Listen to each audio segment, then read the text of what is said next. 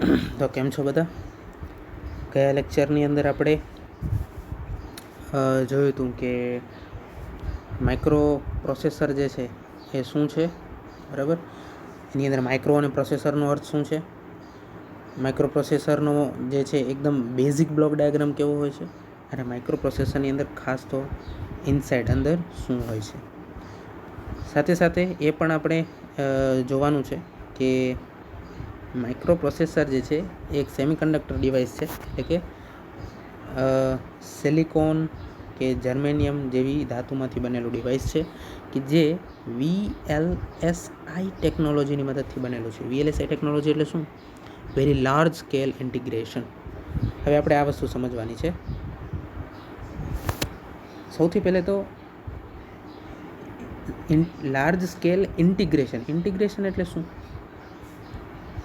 ઇન્ટિગ્રેશનનો અહીંયા અર્થ એ થાય છે કે જે ટ્રાન્ઝિસ્ટર્સ છે, બરાબર છે, ટ્રાન્ઝિસ્ટર્સ છે જે એ ટ્રાન્ઝિસ્ટરને એકબીજા સાથે જોડવા, ટ્રાન્ઝિસ્ટરને એકબીજા સાથે એવી રીતે જોડવા કે કંઈક મિનિંગફુલ એ લોકોનું કનેક્શન બને, બરાબર છે. અને મિનિંગફુલ કનેક્શનથી અર્થ મારો એવી રીતના છે કે એ કંઈક ચોક્કસ પ્રોસેસ કરી શકે, એટલે કે ટ્રાન્ઝિસ્ટરને એવી રીતે એકબીજા સાથે ઇન્ટરકનેક્ટ કરવા કે એ કોઈક મિનિંગફુલ પ્રોસેસ આપણને આપી શકે, એટલે કે એ કોઈ ચોક્કસ કામ પાર પાડી શકે. એને કહેવાય છે ઇન્ટિગ્રેશન. હવે આ ઇન્ટિગ્રેશનની અંદર નંબર ઓફ ટ્રાન્ઝિસ્ટર કેટલા છે, બરાબર છે, એની ઉપરથી નક્કી થાય છે કે એ ઇન્ટિગ્રેશન કઈ ટાઈપનું છે. સૌથી પહેલું ઇન્ટિગ્રેશન આવે છે સ્મોલ, હું ફૂલ ફોર્મ હવે નથી લખતો, બોલી જાઉં છું, સ્મોલ સ્કેલ ઇન્ટિગ્રેશન, કે જેની અંદર મેક્સિમમ 10 ટ્રાન્ઝિસ્ટર હોય છે. પછી આવે છે મીડિયમ સ્કેલ ઇન્ટિગ્રેશન, કે જેની અંદર મેક્સિમમ 100 ટ્રાન્ઝિસ્ટર હોય છે, બરાબર છે, એટલે કે maximum less than or equal to 100 transistor, બરાબર છે. અહીંયા સ્મોલ સ્કેલ ઇન્ટિગ્રેશનમાં વધુમાં વધુ 10, મીડિયમ સ્કેલ ઇન્ટિગ્રેશનમાં વધુમાં વધુ 100.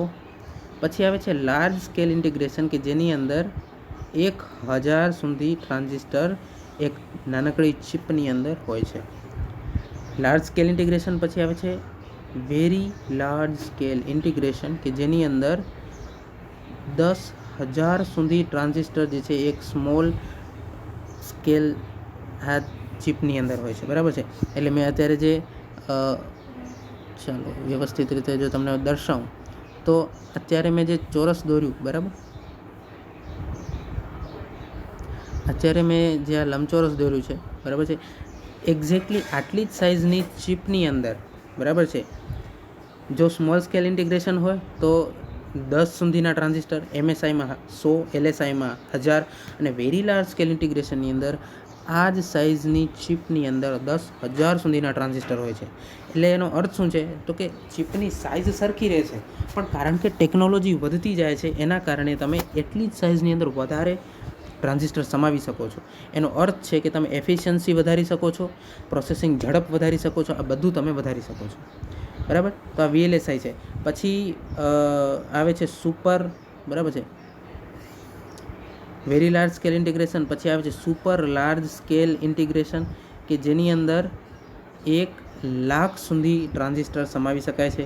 પછી આવે છે અલ્ટ્રા લાર્જ સ્કેલ ઇન્ટિગ્રેશન, કે જેની અંદર 1 મિલિયન એટલે 10 લાખ સુધીના ટ્રાન્ઝિસ્ટર સમાવી શકાય છે within same size of chip. તો આ જે છે આપણે જે અત્યારે શીખવાના છીએ એ છે વેરી લાર્જ સ્કેલ ઇન્ટિગ્રેશન, જેની અંદર ઉપયોગ થયેલો છે એ માઇક્રો પ્રોસેસર. હવે જો તમે માઇક્રો પ્રોસેસરની અંદર જોઈ શકો છો ALU એટલે કે એરિથમેટિક લોજિક યુનિટ છે, રજિસ્ટર્સ છે ABC, બરાબર છે. હવે આ 3 સ્ટેટ શું છે એ હું તમને પછી કહીશ જ્યારે આપણે ટાઈમિંગ એન્ડ કંટ્રોલ યુનિટ શીખશું, બરાબર છે. પણ અત્યારે એ સમજી લો કે 3 સ્ટેટ એમ દર્શાવે છે કે પ્રોસેસિંગ કરવા માટે લીધેલો સમય, બરાબર. તો તમે જોઈ શકો છો કે આ માઇક્રો પ્રોસેસરનો જે બ્લોક ડાયાગ્રામ છે એની અંદર ALU છે, બરાબર છે. પછી રજિસ્ટર્સ છે, બરાબર છે, રજિસ્ટર એટલે ડેટા સ્ટોરેજ એલિમેન્ટ. આ તમને જો સમજવું હોય તો સમજો કે આપણે 8 બીટનું માઇક્રો પ્રોસેસર જોઈ રહ્યા છીએ, તો એની અંદરના રહેલા જે આ રજિસ્ટર છે એ એક રજિસ્ટર 8 બીટનો ડેટા જે છે એ સ્ટોર કરી શકે છે, બરાબર છે.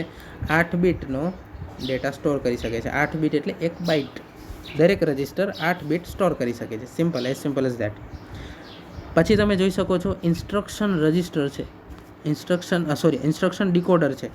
ઇન્સ્ટ્રક્શન રજિસ્ટર છે, ઇન્સ્ટ્રક્શન ડીકોડર છે.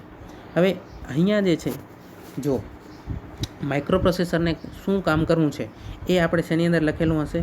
પ્રોગ્રામની અંદર લખેલું હશે. પ્રોગ્રામ જે છે એ રોમની અંદર સેવ થયેલો હશે અને આ રોમ જે છે એ આપણે માઇક્રોપ્રોસેસરની સાથે અલગથી જોડવી પડે છે. હવે રોમની અંદર જે છે પ્રોગ્રામ લખેલો છે, આ પ્રોગ્રામની અંદર આપણે ઇન્સ્ટ્રક્શન્સ લખેલા હશે કે કેવી રીતે માઇક્રોપ્રોસેસરે ડેટાને મેનિપ્યુલેટ કરવો, એટલે કે ડેટાને પ્રોસેસ કરવો. આ પ્રોગ્રામની અંદર જે ઇન્સ્ટ્રક્શન લખેલા છે એ ઇન્સ્ટ્રક્શન જે છે એ સૌથી પહેલાં ઇન્સ્ટ્રક્શન ડીકોડરમાં આવશે, બરાબર છે. હવે તમને એમ થશે કે અહીંયા ઇન્સ્ટ્રક્શનને ડીકોડ કરવાની શું જરૂર? એનું કારણ છે, કારણ કે આપણે ઇન્સ્ટ્રક્શન જે છે એ એસેમ્બલી લેંગ્વેજ પ્રોગ્રામમાં લખેલા હશે, જ્યારે કે આપણું માઇક્રોપ્રોસેસર એટલે કે એરિથમેટિક લોજિક યુનિટ માત્ર ને માત્ર મશીન લેંગ્વેજ સમજી શકે છે. એટલે સમજો, સૌથી સિમ્પલ પણ જો સૌથી કોમ્પ્લેક્સ લેંગ્વેજ છે આપણી, એટલે કે હ્યુમન લેંગ્વેજ જે છે એ સૌથી કોમ્પ્લેક્સ છે, હ્યુમન લેંગ્વેજ, બરાબર છે. હવે હ્યુમન લેંગ્વેજ જે છે એ મશીન નથી સમજી શકતું. મશીન સમજી શકે છે મશીન લેવલ લેંગ્વેજ, બરાબર છે. મશીન લેવલ લેંગ્વેજ એટલે કે એવી લેંગ્વેજ કે જે 0 અને 1 માત્ર આ 2 જ ડિજિટમાં લખાયેલી હોય એવી લેંગ્વેજ. પણ મશીન લેંગ્વેજ જે છે એ આપણે સમજી શકીએ છીએ, પણ મશીન લેવલની લેંગ્વેજ લખવી બહુ જ અઘરી છે. એટલે તમે સમજો કે તમે એવી રીતની મશીનને સમજ પડે એ માટે તમે આવી રીતના લખો છો 0 1 1 0 1 1 1 1 1 0 1 1 1 1. આવી રીતનું તમે જે લખશો, પ્રોગ્રામ આવી રીતનો જે બનાવશો એ ખૂબ જ અઘરો પડશે બનાવવા માટે. એટલે વચ્ચે આ બંનેની વચ્ચે આવે છે એક એસેમ્બલી લેંગ્વેજ, બરાબર છે. એસેમ્બલી લેંગ્વેજ કે જે આપણે સરળતાથી સમજી શકીએ છીએ અને મશીન લેવલ લેંગ્વેજની અંદર એને સરળતાથી કન્વર્ટ પણ કરી શકીએ છીએ. તો હંમેશા યાદ રાખવાનું, આપણે જે છે એ જ્યારે પ્રોગ્રામ લખશું તો એ એસેમ્બલી લેંગ્વેજની અંદર લખશું. હવે કારણ કે મશીન જે છે એ એસેમ્બલી લેંગ્વેજ નથી સમજી શકતું, એ માત્ર ને માત્ર શું સમજી શકે છે? એ મશીન લેંગ્વેજ જ સમજી શકે છે, બરાબર છે. જે માઇક્રોપ્રોસેસર છે એ માત્ર મશીન લેવલ લેંગ્વેજ જ સમજી શકે છે. એટલા માટે આપણે લખેલી એસેમ્બલી લેંગ્વેજ, આપણે જે પ્રોગ્રામને એસેમ્બલી લેંગ્વેજમાં લખેલો છે એને આપણે મશીન લેવલ લેંગ્વેજની અંદર લઈ આવવો પડશે. અને આ કારણસર જ આપણને ઇન્સ્ટ્રક્શન ડીકોડરની જરૂર પડે છે. ઇન્સ્ટ્રક્શન ડીકોડર શું કરે છે? તો કે એસેમ્બલી લેંગ્વેજની અંદર લખેલા પ્રોગ્રામને મશીન લેવલ લેંગ્વેજની અંદર એ કન્વર્ટ કરે છે. અને એક વખત assembly language program machine level લેંગ્વેજની અંદર કન્વર્ટ થઈ જાય પછી જે છે એ માઇક્રોપ્રોસેસર એને સમજી શકે છે અને એ પ્રમાણે જે છે એ પોતે ડેટાને પ્રોસેસિંગ કરી શકે છે. તો આ વસ્તુ છે, બરાબર. તો ઇન્સ્ટ્રક્શન ડીકોડર તમે સમજી ગયા હશો કે એસેમ્બલી લેંગ્વેજને મશીન લેંગ્વેજમાં એ કન્વર્ટ કરે છે. એક વખત કન્વર્ઝન થઈ જાય પછી એ ઇન્સ્ટ્રક્શનને ઇન્સ્ટ્રક્શન રજિસ્ટરની અંદર સેવ કરે છે, બરાબર. એટલે કે જે ડીકોડેડ ઇન્સ્ટ્રક્શન છે એ ઇન્સ્ટ્રક્શન રજિસ્ટરની અંદર સેવ થાય છે અને એ પ્રમાણે પછી એરિથમેટિક લોજિક યુનિટ પ્રોસેસ કરે છે. હવે તમે અહીંયા જોશો કે તમને ખબર પડી ગઈ કે ભાઈ હા, માઇક્રોપ્રોસેસરની અંદર ALU પણ છે, રજિસ્ટર્સ પણ છે, ઇન્સ્ટ્રક્શન ડીકોડર પણ છે. ચાલો, પણ મને અહીંયા CU એટલે કે કંટ્રોલ યુનિટ નથી દેખાતું. તો કંટ્રોલ યુનિટ તમે અહીંયા જોઈ શકો છો કે જે ક્લોક ઇનપુટ આપેલ અહીંયા તમને દેખાય છે કે એક ક્લોક ઇનપુટ આપેલું છે. તો આ ક્લોક ઇનપુટ ક્યાંથી આવે છે? તો કે CU એટલે કે કંટ્રોલ યુનિટમાંથી આ ક્લોક ઇનપુટ જે છે આવે છે. ભલે અહીંયા દર્શાવેલું નથી પણ આવે ત્યાંથી જ છે. તમે અહીંયા જોઈ શકો છો એક છે એડ્રેસ બસ, છે ડેટા બસ. તો એડ્રેસ અને ડેટા બસ જે છે એ કોની સાથે સંકળાયેલા હશે? તો કે એ સંકળાયેલા હશે મેમરી એલિમેન્ટ સાથે, બરાબર છે. એડ્રેસ અને ડેટા બસ જે છે એ મેમરી એલિમેન્ટ સાથે સંકળાયેલા હશે. હવે આ કેવી રીતે સંકળાયેલા હશે એ આપણે આગળ જોશું. અહીંયા જોઈ શકાય છે એડ્રેસ બસનું કામ શું છે, તો કે એડ્રેસને લઈ જવાનું અને લઈ આપવું. હવે આ વસ્તુ જે છે અત્યારે આપણે આ સ્ટેજે આપણે સમજી લઈએ. જુઓ, સૌથી પહેલાં આપણે એ જોવું છે કે મેમરી જે છે એ મેમરી એલિમેન્ટ અહીંયા મેં દોરું છું, બરાબર છે. અહીંયા છે આ મેમરી. હવે મેમરી જે છે એ કોની સાથે કનેક્ટેડ હશે? ઓબ્વિયસ છે કે એ કનેક્ટ હશે માઇક્રોપ્રોસેસર સાથે. હવે હું માઇક્રોપ્રોસેસરને મ્યુ પી લખું છું. મેમરી જે છે એ એની અંદર માઇક્રોપ્રોસેસરને ડેટા સ્ટોર પણ કરવો છે અને ડેટા લેવો પણ છે. હવે તમે જ વિચાર કરો, મેમરી જે છે એની મેમરી જે છે એ અલગ અલગ સ્ટેકમાં વહેંચાયેલી હોય છે. એટલે શું? તો કે મેમરી જે છે, ધારો કે સમજો કે આ મેમરી છે, બરાબર છે, આ મેમરી છે. હવે આ મેમરી જે છે એની અંદર આવી રીતના 8 બીટના સ્ટેક હોય છે. ધારો કે હું એમ કહું છું કે આપણું માઇક્રોપ્રોસેસર 8 બીટ માઇક્રોપ્રોસેસર છે, તો એનો અર્થ એ છે કે માઇક્રોપ્રોસેસર 8 બીટના રજિસ્ટર સાથે કામ પાડી શકે છે. સાથે સાથે માઇક્રોપ્રોસેસરની અંદર જે પણ 5-7 રજિસ્ટર હશે એ પણ 8 બીટના જ છે. તો મેમરી એલિમેન્ટ જે છે એ 8 બીટના આવી રીતના સ્ટેકની અંદર વહેંચાયેલું હોય છે, બરાબર છે. હવે આ દરેક સ્ટેકને પોતાનું એક એડ્રેસ હોય છે, બરાબર છે. શા માટે એડ્રેસની જરૂર પડી? તો કે જો ધારો કે હું એમ કહું કે આ સૌથી પહેલો સ્ટેક છે એનું એડ્રેસ છે 00 હેક્સ. હવે એ પણ તમે અત્યારે સમજી લો કે માઇક્રોપ્રોસેસર જે છે એ હેક્સાડેસિમલ જે લેંગ્વેજ છે, હેક્સાડેસિમલ જે નંબર સિસ્ટમ છે એની અંદર કામ કરે છે, બરાબર. હેક્સાડેસિમલ નંબર સિસ્ટમ આપણને ખ્યાલ જ છે, જે એનાલોગ અને ડિજિટલ ઇલેક્ટ્રોનિક્સની અંદર તમે ભણી જ ગયા હશો. તો માઇક્રોપ્રોસેસર હેક્સાડેસિમલ નંબર સિસ્ટમની અંદર કામ કરે છે. શા માટે? કારણ કે હેક્સાડેસિમલ નંબર જે છે એ સૌથી ઓછી મેમરી યુઝ કરે છે, એટલે કે ઓછી મેમરીની અંદર વધારે ડેટા સમાવી શકે છે. તો ધારો કે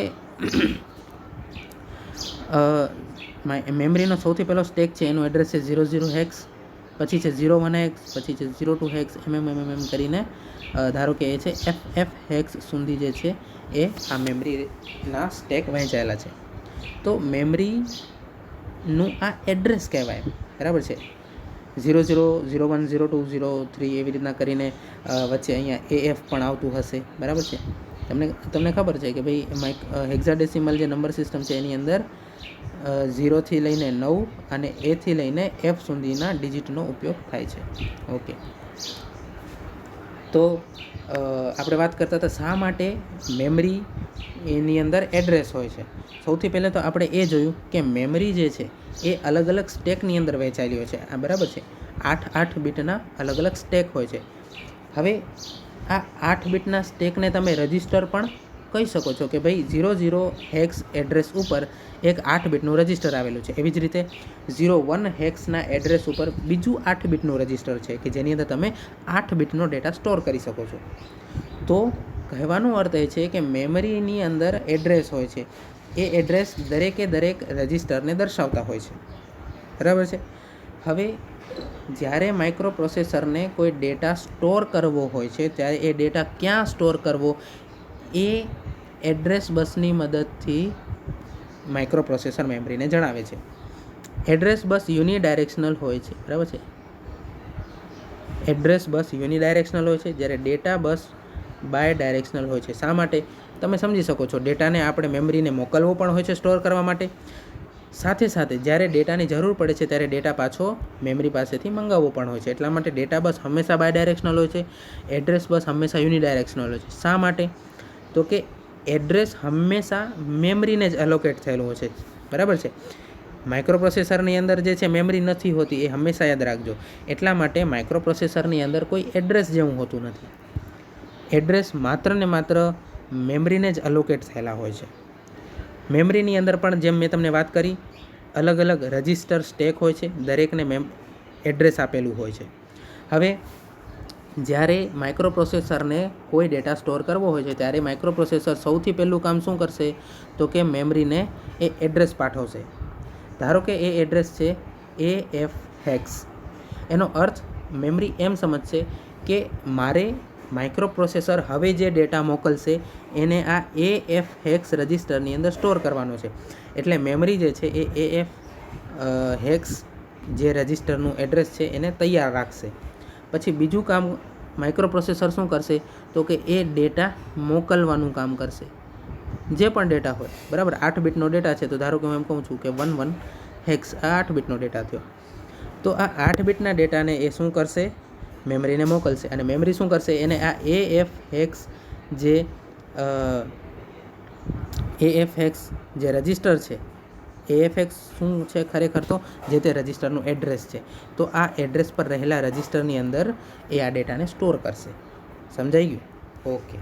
હવે ધારો કે ભવિષ્યમાં જરૂર પડી આ ડેટાની કે જે AF હેક્સ એડ્રેસની અંદર સ્ટોર છે, તો સૌથી ફરી પાછું પહેલું કામ શું કરશે માઇક્રો પ્રોસેસર, તો કે એ AF હેક્સ ડેટાને AF હેક્સ જે છે એ એડ્રેસ મેમરીને મોકલશે. કોના વડે? એડ્રેસ બસ દ્વારા. હવે આનાથી મેમરી એમ સમજશે કે ભાઈ મારે જે છે એ AF હેક્સ રજિસ્ટર જે છે એને તૈયાર રાખવાનું છે, કારણ કે એની પાસેથી કાં તો માઇક્રો પ્રોસેસર ડેટા કાં તો પાછો મેળવી શકે છે અથવા તો નવો ડેટા રાઇટ કરી શકે છે.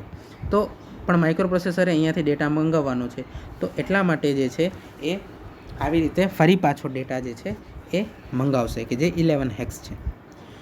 તો ઇન શોર્ટ આપણે એ સમજવાનું છે કે માઇક્રો પ્રોસેસરની અંદર એડ્રેસ બસ હોય છે જે યુનિડાયરેક્શનલ હોય છે, ડેટા બસ હોય છે જે બાયડાયરેક્શનલ હોય છે, મેમરીની અંદર અલગ અલગ સ્ટેક હોય છે રજિસ્ટરના કે જેને એડ્રેસ એલોકેટ થયેલું હોય છે.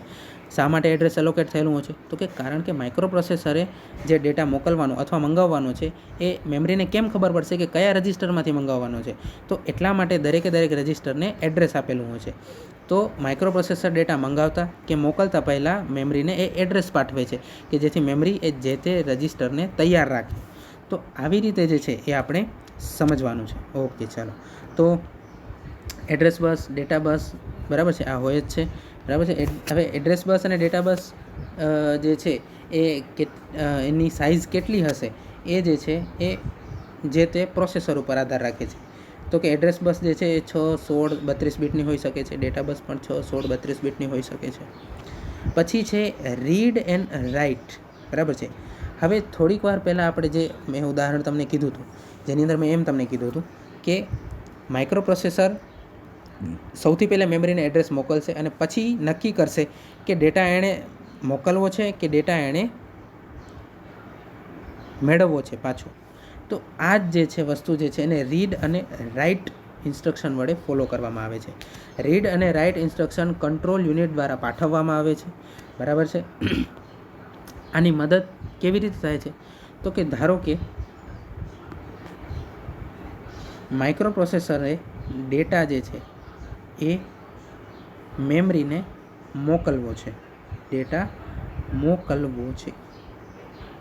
એનો અર્થ શું છે તો કે ડેટાને મેમરીની અંદર સ્ટોર કરવો છે. ડેટાને મેમરીની અંદર શું કરવો છે? સ્ટોર કરવો છે. હવે માઇક્રો પ્રોસેસરની સાપેક્ષે મેમરીની અંદર ડેટાને સ્ટોર કરવો એ છે રાઇટ,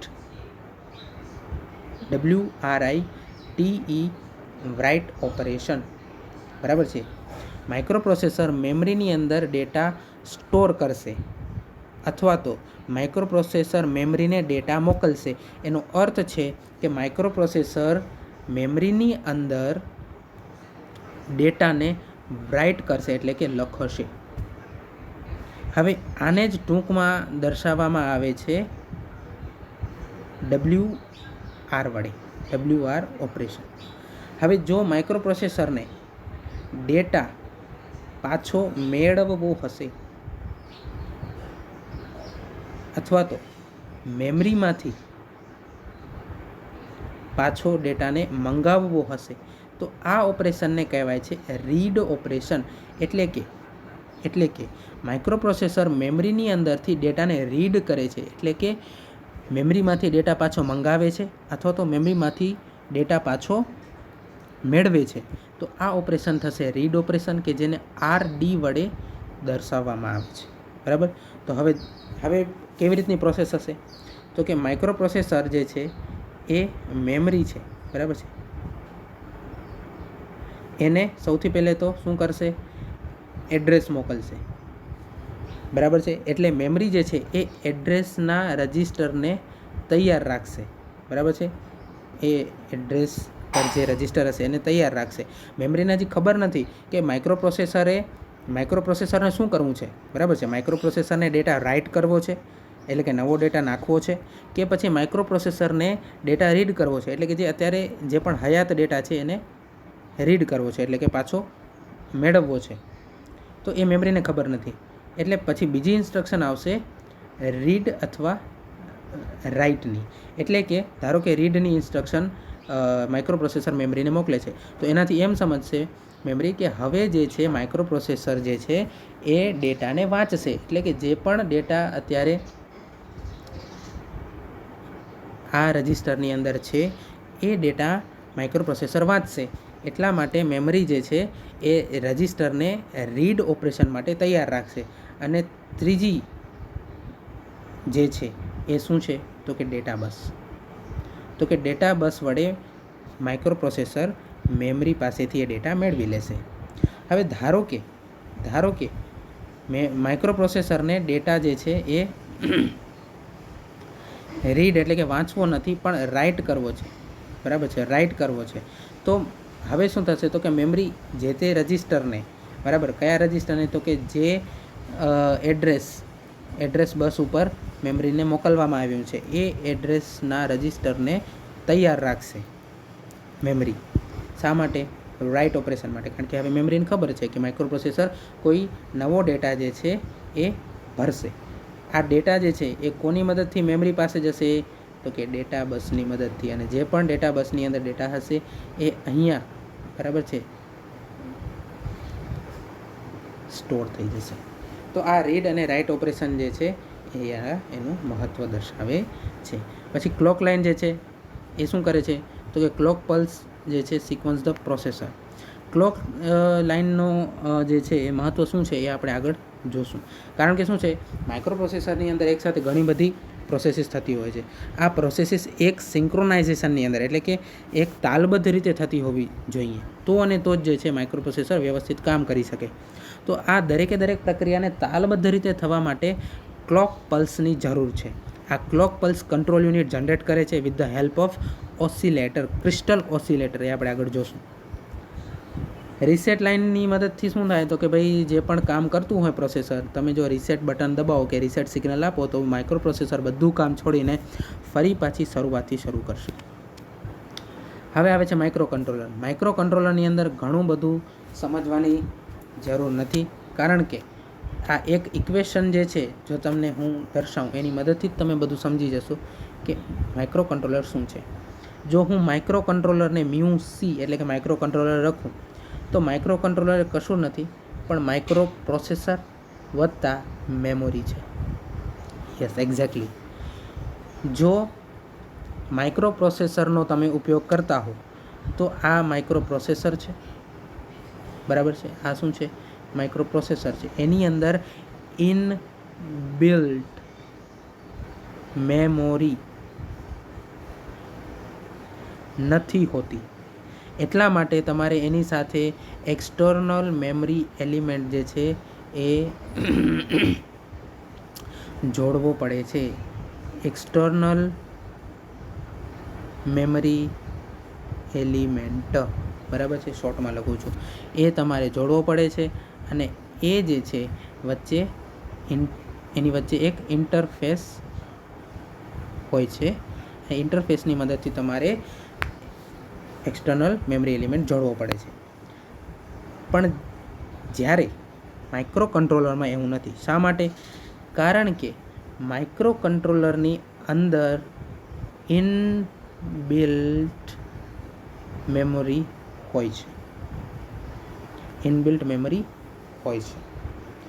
સાથે સાથે તમે એક્સટર્નલ મેમરી, બરાબર છે, તમે એડ પણ કરી શકો છો. ધારો કે એમ લાગે છે કે ઇનબિલ્ટ મેમરી તમારી ઓછી પડે છે તો તમે એક્સટર્નલ મેમરી માઇક્રો કંટ્રોલરની અંદર એડ પણ કરી શકો છો. એક્ઝેક્ટલી તમારા મોબાઈલ ફોનની જેમ. સમજો કે તમારો મોબાઈલ ફોન એક માઇક્રો કંટ્રોલર જ છે. એની અંદર ઓબ્વિયસલી તમને ખબર છે એની અંદર ઇનબિલ્ટ મેમરી હોય છે, બરાબર છે, 16 GB કે 32 GB. ધારો કે તમને આ 32 GBની ઇનબિલ્ટ મેમરી ઓછી પડે છે તો તમે એની અંદર એક એક્સ્ટ્રા મેમરી કાર્ડ એડ કરી શકો છો. હા, કરી શકો છો, બરાબર. તમને ખબર છે કે જે સિમ કાર્ડનો સ્લોટ હોય છે એની અંદર એક્સ્ટ્રા મેમરી કાર્ડનો પણ સ્લોટ હોય જ છે. તો એવી રીતના તમે એક્સપાન્ડ કરી શકો છો, એટલે કે તમારો મોબાઈલ ફોન એ એક્સપાન્ડેબલ મેમરી ફેસિલિટી ધરાવે છે. એવી જ રીતે માઇક્રો કંટ્રોલરની અંદર પણ ઇનબિલ્ટ મેમરી હોય જ છે. માઇક્રો કંટ્રોલરની અંદર ઇનબિલ્ટ મેમરી હોય જ છે, પણ એ એક્સપાન્ડેબલ પણ છે. એક્સપાન્ડેબલ પણ છે, એટલે કે એક્સ્ટ્રા તમે મેમરી જોડી પણ શકો છો. તો હવે કેવી રીતે માઇક્રો કંટ્રોલર તમે સમજી શકશો? તો આવી રીતે આ છે માઇક્રો કંટ્રોલર, એની અંદર આ છે મેમરી અને એ છે માઇક્રો પ્રોસેસર. આ છે માઇક્રો કંટ્રોલર, આ છે માઇક્રો પ્રોસેસર, બરાબર છે, અને આ છે મેમરી, બરાબર. તો આ એકદમ સિમ્પલ અને સચોટ માઇક્રો કંટ્રોલરની વ્યાખ્યા છે કે માઇક્રો કંટ્રોલર એ કંઈ નથી પણ માઇક્રો પ્રોસેસર અને મેમરી સાથે ધરાવતી એક ચિપ છે, બરાબર. એટલે સિમ્પલ એટલું સમજો કે માઇક્રો કંટ્રોલરની અંદર ઇનબિલ્ટ મેમરી હોય છે. માઇક્રો પ્રોસેસર તો હોય જ છે, પણ સાથે સાથે ઇનબિલ્ટ મેમરી પણ હોય છે, બરાબર. તો આ બધી જે વાર્તા જે છે એ તમે વાંચી શકો છો, બરાબર છે. એની અંદર પણ માઇક્રો કંટ્રોલરની અંદર પણ ઇનપુટ અને આઉટપુટ અલગ અલગ ડિવાઇસીસ હોય, એટલે જોડી શકો છો. માઇક્રો કંટ્રોલરની સાથે તમે અલગ અલગ ઇનપુટ અને આઉટપુટ ડિવાઇસ જોડી શકો છો. એના એક્ઝામ્પલ્સ આપેલા છે, બરાબર. એક્ઝામ્પલ આપેલા છે અને એના ઉપયોગો આપેલા છે કે માઇક્રો કંટ્રોલર અત્યારે ક્યાં ઉપયોગ થાય છે? તો કે ભાઈ ઓટોમોબાઈલની અંદર ઉપયોગ થાય છે, બરાબર. જે અત્યારે કાર્સ આવે છે એની અંદર માઇક્રોચિપ હોય જ છે ઇનબિલ્ટ. રિમોટ કંટ્રોલની અંદર, બરાબર છે. પછી ઓફિસ મશીનની અંદર અલગ અલગ, બરાબર છે. ઘણી બધી અત્યારે તો જે પણ તમે ઇલેક્ટ્રોનિક વસ્તુ જુઓ છો એની અંદર માઇક્રો કંટ્રોલર હોય જ છે, બરાબર. માઇક્રો કંટ્રોલરની અંદર તમે ઇનપુટ અને આઉટપુટ ડિવાઇસીસ જોડી શકો છો, બરાબર. ઇનપુટ ડિવાઇસ શું હોય છે? તો કે touch pad, number pad. Output device શું? તો કે LED સ્ક્રીન, LCD સ્ક્રીન વગેરે, બરાબર. તો એની અંદર એક એક્ઝામ્પલ આપેલું છે કે ભાઈ માઇક્રોવેવ ઓવન, આની અંદર એક એક્ઝામ્પલ છે, બરાબર. તમે વાંચી લેજો. માઇક્રોવેવ ઓવન, બરાબર, એ શું છે? તો કે એક્ઝામ્પલ છે કે જેની અંદર માઇક્રો કંટ્રોલરનો ઉપયોગ થાય છે. તો અહીંયા માઇક્રોવેવ ઓવનની અંદર ઇનપુટ ડિવાઇસ શું છે? તો કે ટચ પેડ છે અથવા કીપેડ છે કે જેની મદદથી આપણે ટાઈમ સેટ કરીએ છીએ, બરાબર. આઉટપુટ શું છે? તો કે એ LED સ્ક્રીન છે કે જેની ઉપર આપણને ટાઈમ કે ટેમ્પરેચર આપણને જોવા મળે છે, બરાબર. તો આ વસ્તુ જે છે એ માઇક્રો કંટ્રોલર ધરાવે છે, બરાબર છે. આ છે માઇક્રો કંટ્રોલર, આ છે માઇક્રો કંટ્રોલરનો બ્લોક ડાયાગ્રામ, બરાબર. હવે માઇક્રો કંટ્રોલરનો આ બ્લોક ડાયાગ્રામ છે જેની અંદર તમે જોઈ શકો છો એક CPU છે. CPU એટલે શું? Simply micro processor. પછી એની અંદર તમે અહીંયા જોઈ શકો છો મેમરી, બરાબર છે, મેમરી એલિમેન્ટ જોઈ શકો છો કે જેની અંદર 4 KBની પ્રોગ્રામ મેમરી છે અને 128 બાઇટની રેમ મેમરી છે, બરાબર. સાથે સાથે એક્સટર્નલ મેમરી તમે 64 KB સુધીની જોડી શકો છો, જે ઓપ્શનલ છે. અહીંયા OSCનો મતલબ છે ઓસિલેટર, બરાબર છે. એટલે કે કંટ્રોલ યુનિટની અંદર જે ક્રિસ્ટલ ઓસિલેટર જોડેલું હોય છે કે જે ક્લોક પલ્સ જનરેટ કરે છે. શા માટે ક્લોક પલ્સ જનરેટ કરે છે? કારણ કે માઇક્રો કંટ્રોલરની અંદર થતી દરેક પ્રક્રિયાને તાલબદ્ધ રીતે કરવા માટે એ ક્લોક પલ્સ જનરેટ કરે છે, બરાબર. તો એ જે છે એ તમે અહીંયા જોઈ શકો છો કે ઓસિલેટર છે. પછી સિરિયલ ઇનપુટ અને સિરિયલ આઉટપુટના 2 પોર્ટ છે. પછી 4 ઇનપુટ આઉટપુટ પોર્ટ છે કે જેની 32 લાઇન છે. હવે 4 ઇનપુટ આઉટપુટ પોર્ટની 32 લાઇન શા માટે થઈ? કારણ કે દરેક ઇનપુટ આઉટપુટ પોર્ટ જે છે એ 8 બીટ અથવા તો 8 લાઇનનો હોય છે, એટલા માટે. એટલે 8 ચોક 32 થઈ ગયા. પછી ટાઈમર યુનિટ છે, બરાબર. આ બધી વસ્તુ જે છે એ આપણે ડિટેલની અંદર જ્યારે માઇક્રો પ્રોસેસર કે માઇક્રો કંટ્રોલરનું ચેપ્ટર આવશે, જે નેક્સ્ટ ચેપ્ટર જ છે, એની અંદર આપણે જોશું. તો ઇન્ટરપ્ટ કંટ્રોલ એ શું છે એ પણ આપણે નેક્સ્ટ ચેપ્ટરની અંદર જોવાના છીએ, બરાબર. તો આ બધી જે છે એ શું કહેવાય વાર્તા છે, બરાબર, કે જે તમે આરામથી વાંચી શકો છો કે ઇનપુટની અંદર શું હોય છે. LED light, LED display, input જે ડિવાઇસ છે એ કયો હોઈ શકે છે. આઉટપુટ ડિવાઇસ જે છે એ LED ડિસ્પ્લે, LED લાઇટ, જે છે એ હોઈ શકે છે. તો આ બધી વસ્તુ જે છે તમે જોઈ શકો છો. અહીંયા માઇક્રોવેવ ઓવનનો જે એક્ઝામ્પલ આપેલો છે મેં તમને શોર્ટમાં કીધો છે. હવે આવે છે ડિફરન્સ બિટવીન માઇક્રો પ્રોસેસર અને માઇક્રો કંટ્રોલર, કે જે આપણે નેક્સ્ટ લેક્ચરની અંદર જોશું.